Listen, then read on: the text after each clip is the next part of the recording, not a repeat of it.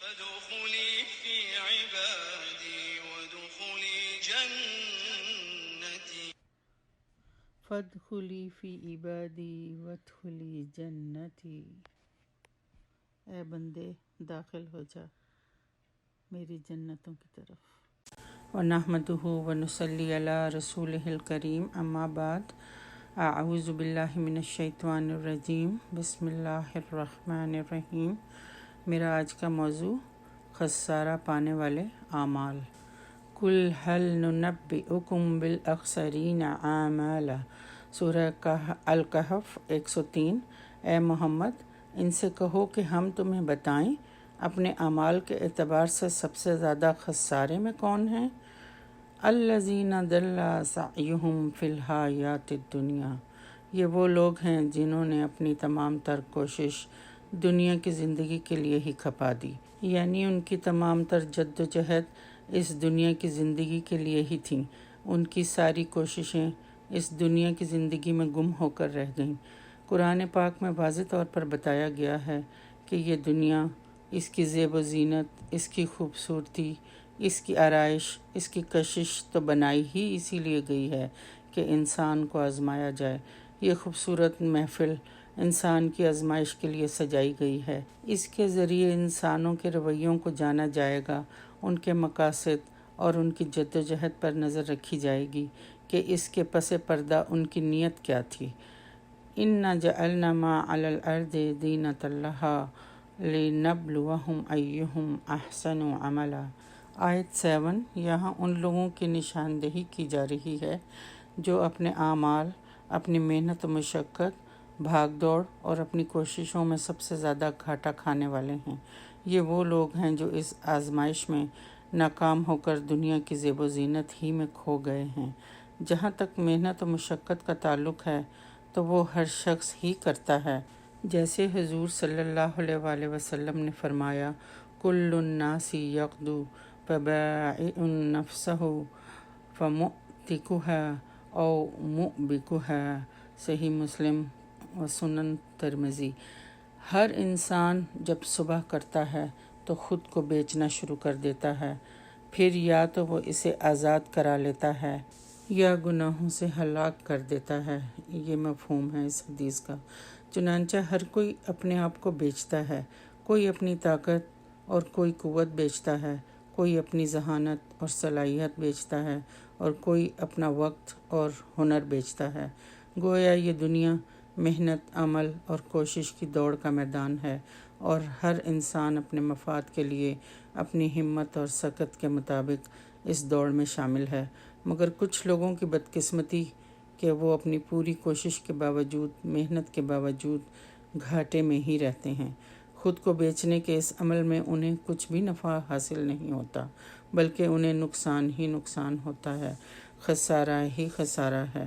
اللہ کی نظر میں سب سے زیادہ خسارہ پانے والے یہ کون لوگ ہیں؟ سوچنے کا مقام ہے.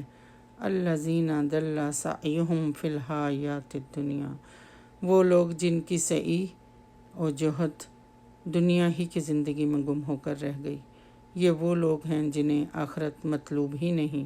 ان کی ساری تگ و دو اور سوچ بچار دنیا کمانے کے لیے ہے، آخرت کے لیے تو انہوں نے کبھی منصوبہ بندی کی ہی نہیں اور نہ ہی کوئی محنت. بس اس وراثت میں ملنے والے نام مسلمان کا بھرم رکھنے کے لیے کبھی کبھی یہ لوگ کوئی نیک کام کر لیا کرتے ہیں، کبھی کوئی ایک آدھ نماز پڑھ لی اور کبھی روزہ بھی رکھ لیا، مگر انہوں نے کبھی سنجیدگی سے یہ سوچنے اور جاننے کی کوشش ہی نہیں کی کہ اللہ تعالیٰ کو ان سے کیا مطلوب و مقصود ہے. ایسے لوگوں کو اللہ تعالیٰ ان کی محنت اور بھاگ دوڑ کا صلہ اس دنیا میں ہی دے دیتے ہیں، جتنا بھی مشیت الہی میں ہو، یعنی رب کی مرضی ہو، جبکہ آخرت میں سوائے جہنم کے اور کچھ نہیں ان لوگوں کے لیے. سورہ بنی اسرائیل کی آیت 18 اور 19 میں آتا ہے، من کان یرید العاجلۃ عجلنا لہ فیہا ما نشاء لمن نرید ثم جعلنا لہ جہنم یصلاھا مذموما مدحورا. آیت 18، ومن اراد الآخرۃ وسعی لها سعيها وهو مؤمن فأولئك كان سعيهم مشكورا۔ آیت 19۔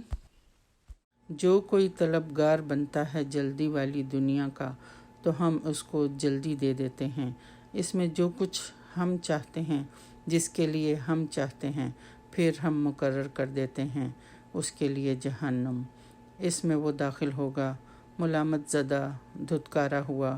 اور جو کوئی آخرت کا طلبگار ہو اور کوشش کرے اس کے لیے اس کی کوشش کے مطابق، اور وہ ہو بھی مومن، تو وہی لوگ ہوں گے جن کی کوشش کی قدر کی جائے گی۔ تو اس سے یہ بات ثابت ہوتی ہے کہ آخرت میں نجات کا امیدوار بننے کے لیے ہر بندہ مسلمان کو واضح طور پر اپنا راستہ متعین کرنا ہوگا کہ وہ طالب دنیا ہے یا طالب آخرت۔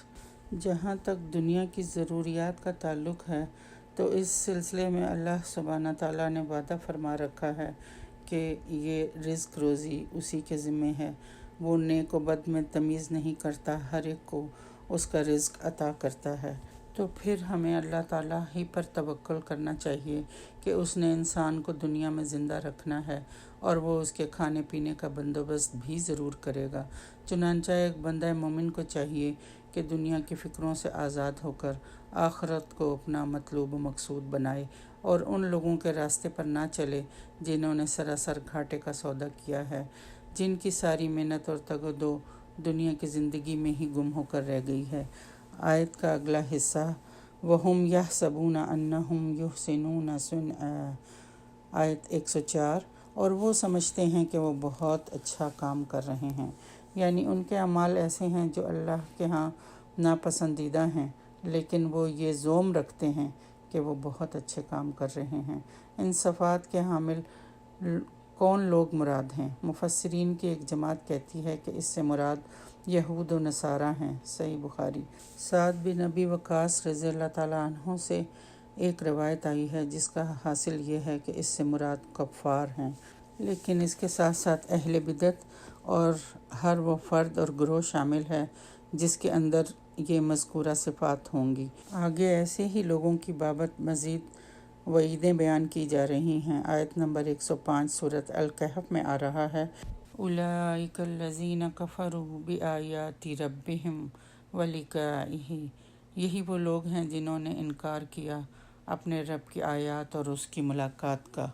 ایسے لوگ بے شک اقرار کرتے ہیں کہ وہ اللہ کو اور قرآن کو مانتے ہیں، لیکن اگر وہ آخرت کو بھلا کر دن رات دنیا سمیٹنے میں ہی مصروف ہیں تو وہ اپنے عمل سے گویا وہ اللہ کی آیات اور آخرت میں اس سے ہونے والی ملاقات کا انکار کر رہے ہیں، جبکہ اللہ کا فیصلہ تو یہ ہے وَإِنَّ الدَّارَ الْآخِرَةَ لَهِيَ الْحَيَوَانُ، یقیناً آخرت کی زندگی ہی اصل زندگی ہے۔ سورۃ عنکبوت 64۔ لیکن دنیا کے طالب کا عمل اللہ کی اس بات کی تصدیق کرنے کے بجائے اس کو جھٹلاتا ہے، اسی لیے فرمایا گیا کہ یہی وہ لوگ ہیں جنہوں نے اللہ کی آیات کو اور اس کے سامنے روز محشر کی حاضری کو عملی طور پر جھٹلا دیا ہے۔ وَحَبِطَتْ أَعْمَالُهُمْ فَلَا نُقِيمُ لَهُمْ يَوْمَ الْقِيَامَةِ وَزْنًا، سورۃ الکہف 105۔ تو برباد ہو گئے ان کے اعمال، ضائع ہو گئے سارے اعمال، قیامت کے دن ہم انہیں کوئی وزن نہ دیں گے۔ قیامت کے دن ایسے لوگوں کے اعمال کا وزن نہیں کیا جائے گا۔ یہاں پر یہ بتانا مقصود ہے کہ انسان کے تمام کاموں کی بنیاد اور اس کا مقصد اپنے رب کی رضا اور خوشنودی میں ہونا چاہیے۔ اگر وہ اللہ کی آیات، اس کی نشانیوں کا انکار کرنے والا ہے تو اس کا مطلب یہ ہے کہ پھر وہ اس کائنات اور اس کے خالق کا انکار کر رہا ہے، وہ اس کی تخلیق کا انکار کر رہا ہے، شب و روز کی تبدیلی کو بھی وہ نہیں سمجھتا، کائنات میں ہونے والی تمام نشانیوں پہ غور ہی نہیں کرتا، اور جب وہ سمجھتا ہی نہیں کہ اس کا بنانے والا کوئی ہے تو اس رب کی ملاقات کو بھی وہ تسلیم نہیں کرتا۔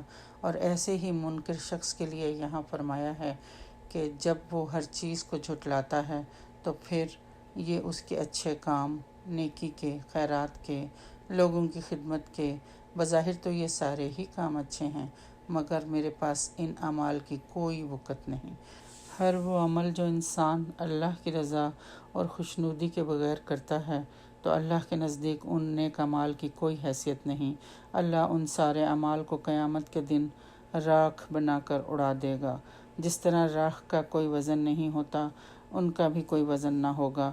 اس لیے ہمیں اپنے ایمان کو چیک کرتے رہنا چاہیے کہ کہیں ہمارا ایمان کمزور تو نہیں ہو گیا، اللہ کی محبت گم تو نہیں ہو گئی، ہمارے اندر ریاکاری تو نہیں آ گئی۔ کیا ہم نیکیاں اس لیے کرتے ہیں کہ ہماری نیک نامی ہو، لوگ ہمیں نیک و پارسا سمجھیں؟ کیا ہم اس لیے صدقہ خیرات تو نہیں کرتے کہ لوگ ہمیں سخی کہیں؟ ہم لوگوں پر رحم اس لیے تو نہیں کرتے کہ لوگ ہمیں خدا ترس کہیں؟ ہم علم حاصل اس لیے تو نہیں کر رہے کہ لوگ ہمیں عالم فاضل سمجھیں؟ اپنے ہر عمل کو چیک کرنے کی ضرورت ہے۔ اللہ تعالی ہمیں اپنے لیے خالص کر لے، جو کام کریں اس کی رضا کے لیے کریں، اور ہمارا مقصود یہ ہونا چاہیے کہ ہم نے آخرت میں اپنے رب سے ملاقات کرنی ہے، اور وہیں ہمیں ہمارے کاموں کی جزا و سزا ملے گی۔ یہ دنیا تو صرف امتحان کی جگہ ہے۔ وآخر دعوانا الحمد للہ رب العالمین۔